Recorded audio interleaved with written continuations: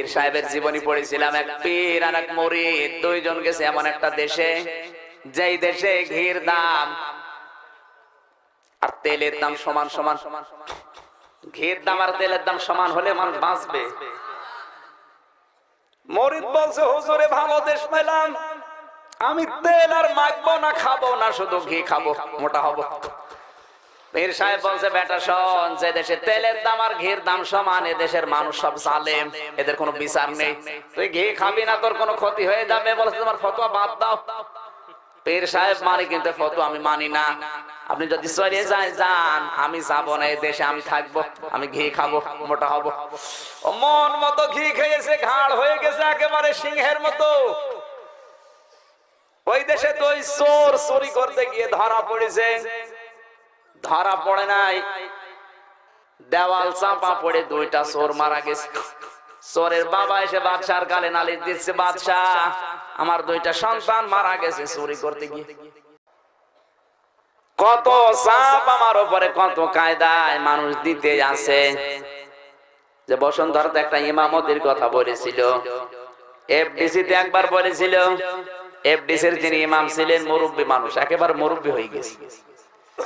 আমি দেখতে গিয়েছিলাম, পছন্দ হওয়ার পরে আমারে বলছে, শুধু 4 জমান নামাজ পড়াবা, 4 জমান 40,000 টাকা দেব, কিন্তু বাইরে যেতে পারবা না। তাহলে ওদের নিয়ত ছিল একটা, একে যদি ইমামতির এই কায়দায় আটকিয়ে ফেলা যায়, তাহলে সারা বাংলাদেশে কোরআনের কারিমের যে প্রচার গুলো হচ্ছে, এর দ্বারা এটা বন্ধ হবে। ওদের ষড়যন্ত্র কিন্তু ওইটা না, সূক্ষ্ম ষড়যন্ত্র। কারণ ওখানে টাকা যারা দিচ্ছে আমি তো জানি, ওখানে টাকা দেয় ডিপজল, অনন্ত জলিল, ধরে বলেন সুবহানাল্লাহ।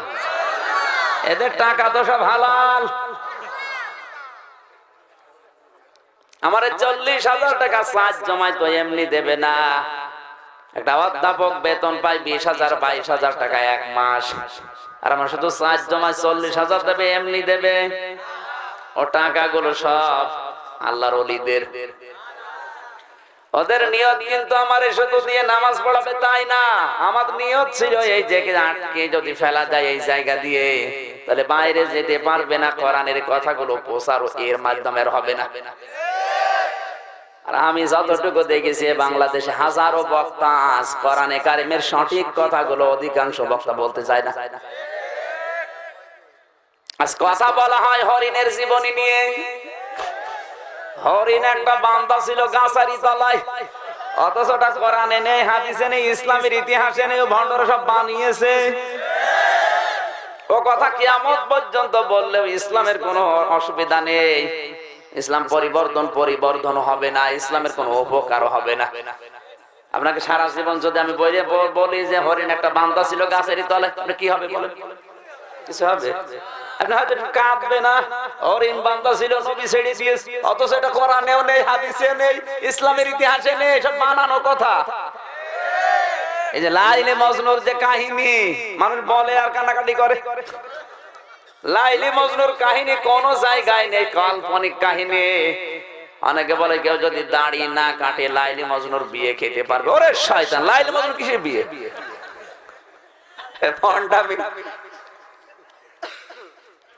আল্লাহ তাআলা বলেন কোরআনের কথাগুলো গোপন করার মাধ্যমে এই বক্তারা যা পায়, ইমামরা, খতিবরা, আলোচকরা যা পায়, ওলাইকা মা ইয়াকুলুনা ফি বুতুনিহিম ইল্লান নার।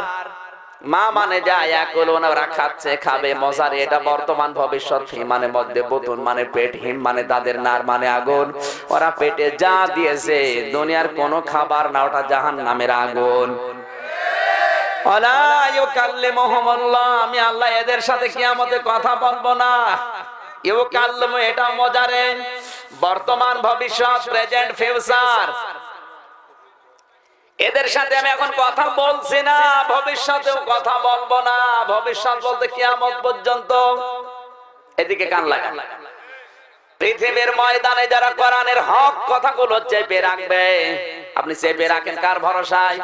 100 বছর পরে তো আপনিও থাকবেন না, আমিও থাকবো না। আপনি কার আশায়, কার ভরসায় কোরআনে কারিমের কথাগুলো গোপন করে রাখার জন্য ওকে আদেশ দিলেন, নিজেও গোপন করলেন। 100 বছর পরে তো আপনিও মাটির নিচে, আমিও মাটির নিচে, নতুন মানুষ এখানে জমা হবে। সুতরাং আসল কথাগুলো দুনিয়ার মানুষ যদি জানতে না পারে, আপনি তো লানত প্রাপ্ত মানুষ। আর লানত পেয়েছিল আবু জেহেল, আবু লাহাব, ওদের ভাগ্যের দিকে তাকান, কিয়ামত পর্যন্ত মানুষ দুনিয়া একবার আবু জেহেলের নাম শুনলে ঘৃণাই করবে না, দোয়া করে। এই জন্য আল্লাহ কথা বলছেন, আমাদের সাথে কথা বলবেও না। আজ হাজার হাজার পীর কোরআনে কারিমের কথা নেই ওদের মুখে, ওদের বাপ দাদার কাহিনী চলে, ওদের মুরব্বীদের জীবনী শোনায় মানুষকে। কোরআন শরীফ থেকে একটা আয়াত পড়ে ব্যাখ্যা করতে পারো না। মানুষ তো তোমার বাবার কাহিনী শোনার জন্য আসে না, আসে কোরআন শোনার জন্য, নাকি? এক কথা বলা লাগবে। যারা এগুলো গোপন করে দেয়, ওদের সাথে আল্লাহর কোনো কথা হচ্ছে না, হবে না। বলেন না কেন? কেউ কাল্লেমো মজারে কোরআন বোঝা লাগবে আপনাকে। যাদের সাথে আল্লাহ কথা বলে না, বলবে না, ওরাই বলছে আমার আল্লাহর সাথে কথা হয়। যেমন এই দেওয়ানবাগী, ওই শয়তানের সাথে আল্লাহর কথা বলতে বয়ে গেছে, ও বল সরাসরি আল্লাহর সাথে আমার সাক্ষাৎ হচ্ছে। তাকিয়ে দেখলাম আল্লাহ রোহিঙ্গাদের ব্যাপারে একটু চিন্তায় আছে। ও শয়তানের সাথে আল্লাহ কথা বলবে কোনদিন? তো নির্ভেজাল শয়তান। যারা মানুষকে গোমরাহ করার জন্য এজেন্ট নিয়েছে, শিরক আর বেদাত চালু করেছে দরবারে, ওদের সাথে আল্লাহর কিসের কথা? আল্লাহ বলেন ধরনের মানুষের সাথে আমার কথা নেই, কথা বলবো না। ওয়ালা ইউযাক্কিহিম, ওদের পবিত্র করছি না, করব না। তার মানে ওদেরকে জাহান্নামেই দেব, জান্নাতে দেবই না। কারণ পবিত্র হওয়া ছাড়া জান্নাত কেউ পাবে না। কোন অপবিত্র মানুষকে আল্লাহ জান্নাতে দেবে? আরো জোরে বলুন। ফালা নুকিমু লাহুম ইয়াউমাল কিয়ামাতি ওয়াজনা। সূরা কাহাফ 16 নাম্বার পারা 3 নাম্বার পৃষ্ঠা 12 নাম্বার লাইনের শেষ নাম্বার রুকুর 108 নাম্বার 6 নাম্বার আয়াতটা শেষের দিকে আছে। আল্লাহ পাক বলেন এই পৃথিবীর ময়দানে টাকা পয়সা আছে, সম্মান আছে, টাকা পয়সা, ক্ষমতা, দরবার খুলে বসে আছো, মানুষ সম্মান হয়তো দেয়। কিয়ামতের ময়দানে তোদের দিকে আমি ঘুরেও তাকাবো না, তোদের আমি কোনো গুরুত্বই দেব না। জোরে বলেন নাউজুবিল্লাহ। ঝিনাইদা বাসি শুধু শোনার জন্য না, নিজের সাথে মিলান। আপনাকে সম্মান দিচ্ছে মানুষ নলের কারণে, টাকা পয়সার কারণে, ক্ষমতার কারণে। আপনি মরে যে দেখেন তো, কুকুরও আপনার জন্য কাঁদবে না। মানুষ তো দূরের কথা, কুকুরও কাঁদবে না। এই জন্য বক্তা যারা, যাদের জন্য সতর্ক হওয়ার সময় এখনই। এই জন্য তো রিস্ক নিয়ে কথাগুলো বলা হয়।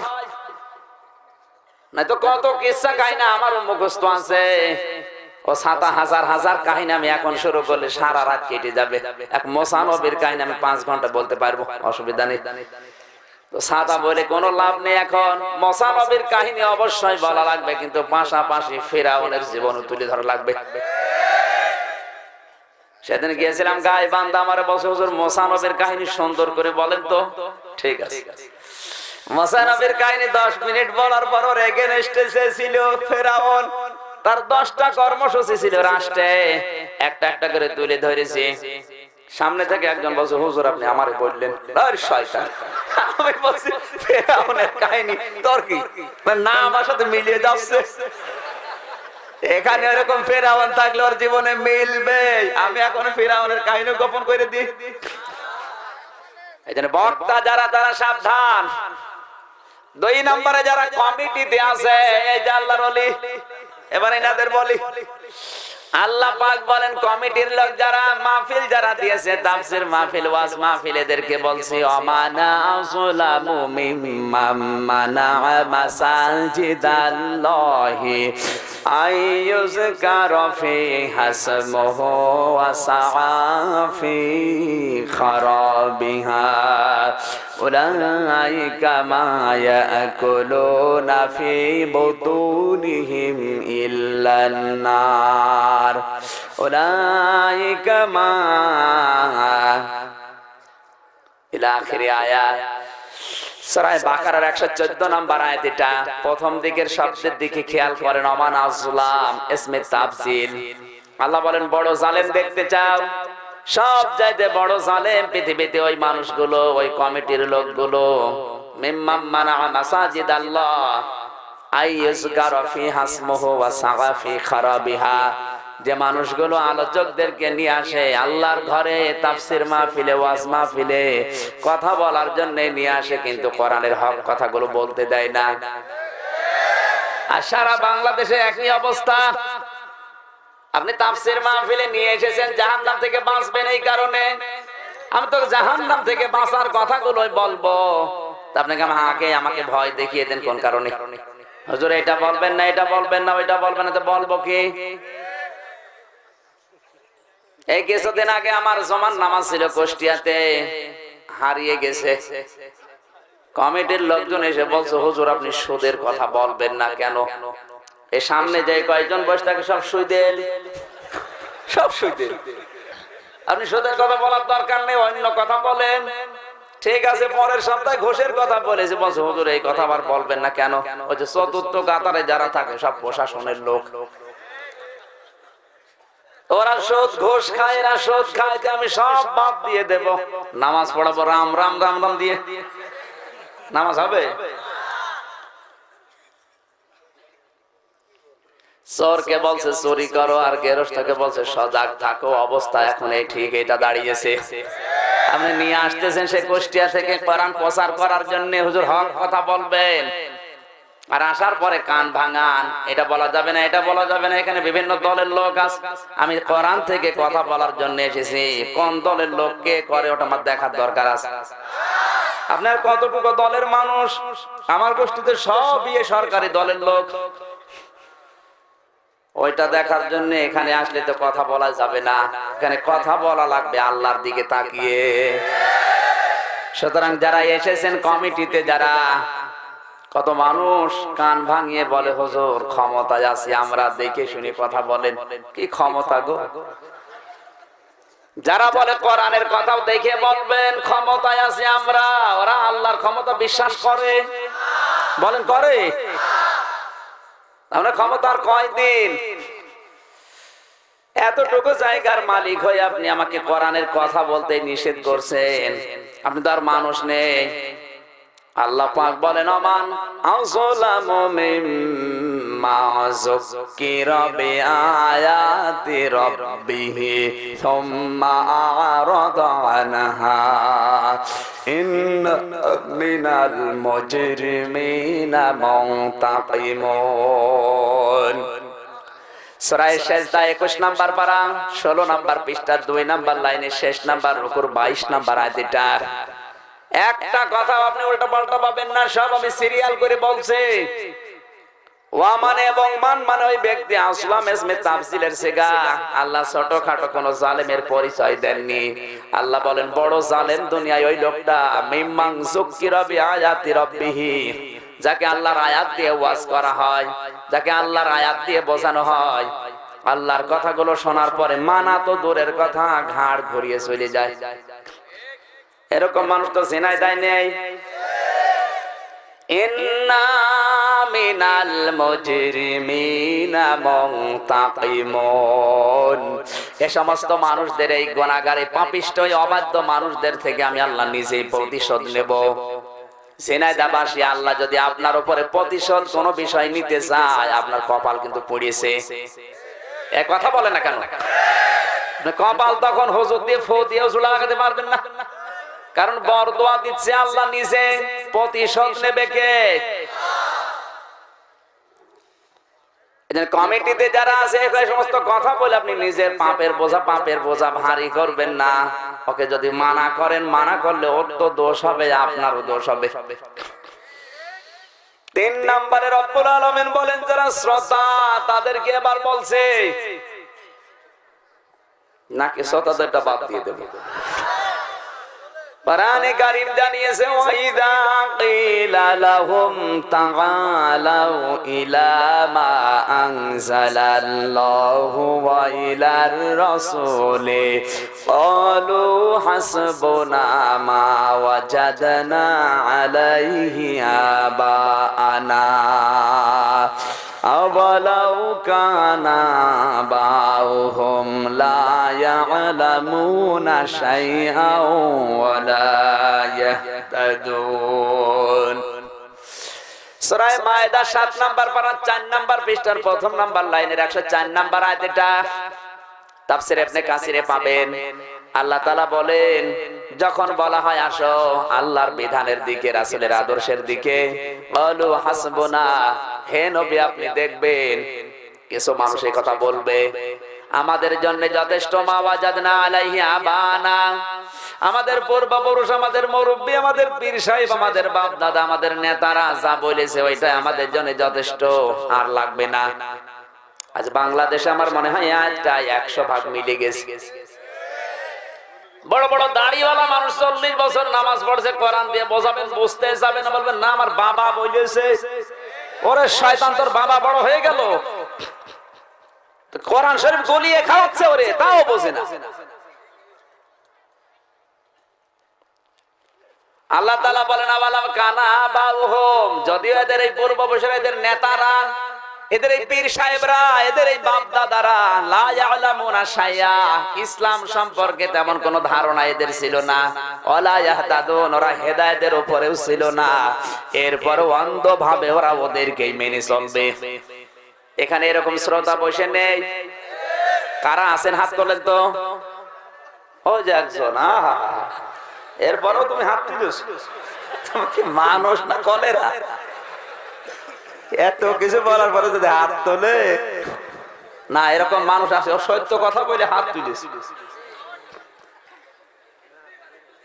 এই ধরনের মানুষগুলোকে আমার আল্লাহ নিজে ডাক দিয়েছেন, এরা আসলে মানুষ না, এরা মুনাফিক।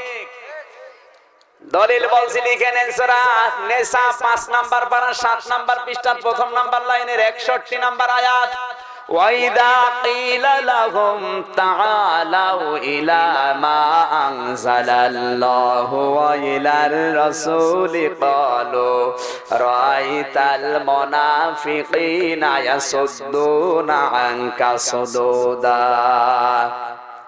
এ নবী আপনি যখন বলবেন আসো আল্লাহর বিধানগুলোর দিকে, আমার আদর্শের দিকে, আপনি দেখবেন কিছু মানুষ ওরা শুনতেও আসবে আপনার কথা, কিন্তু যখন বাস্তবের সাথে মিলবে না তখন আস্তে করে পেছন দিক থেকে কেটে পড়বে।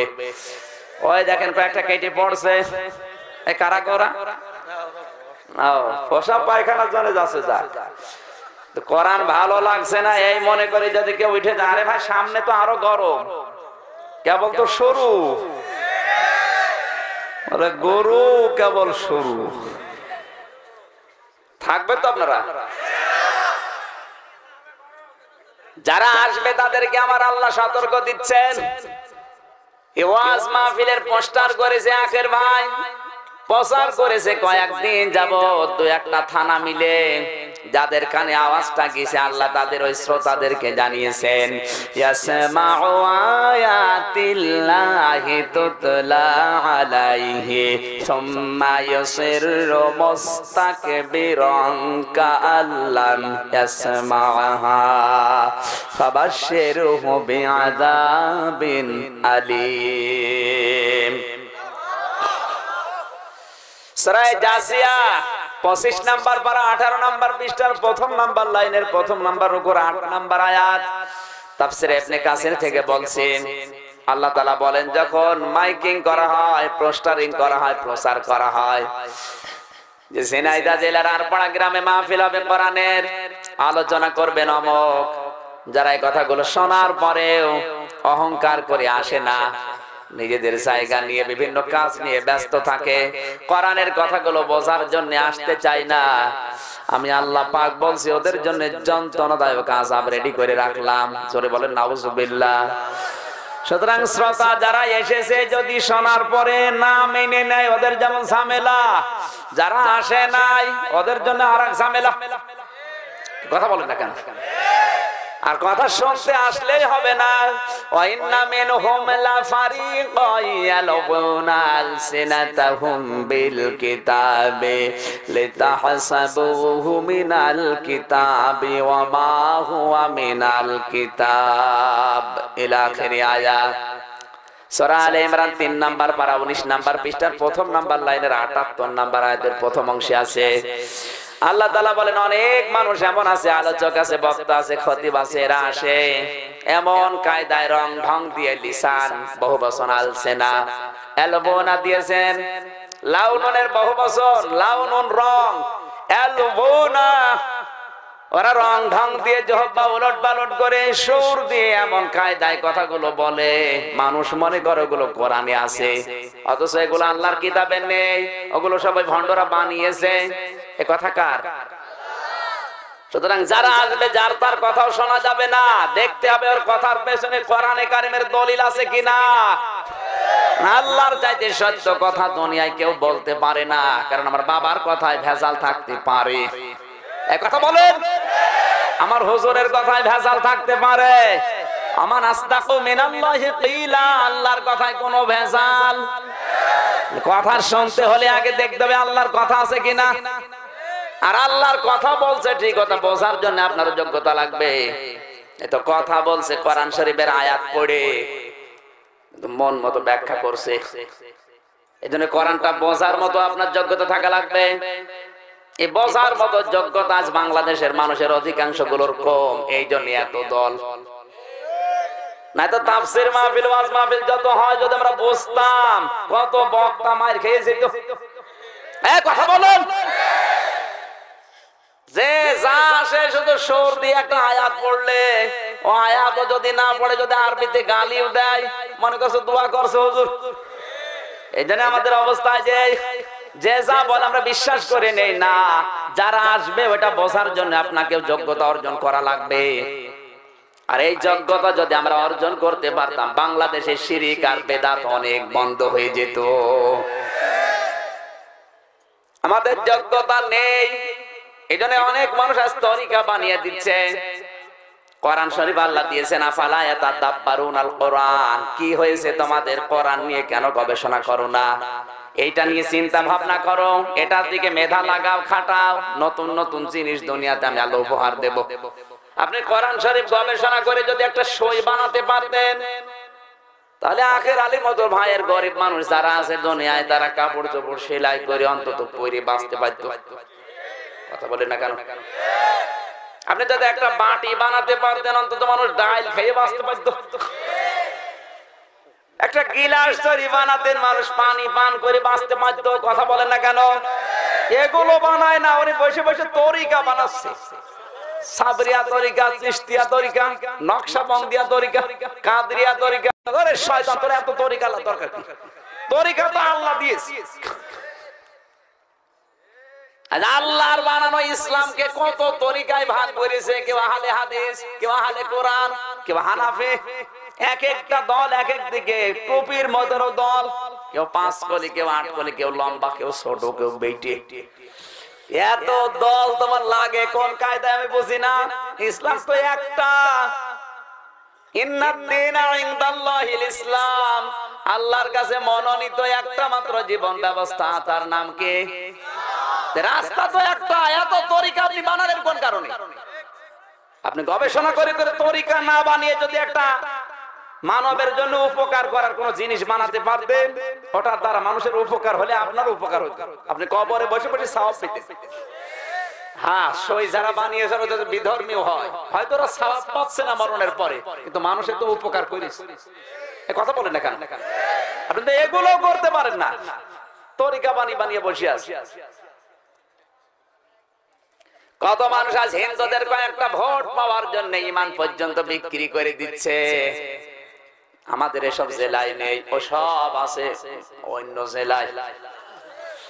এই কথা আমি বলতে শুনেছি, ধর্ম যার যার, উৎসব সবার। এই কথাটা আপনি বলেন কোন ইমানের পক্ষে? আমি তো বুঝি না।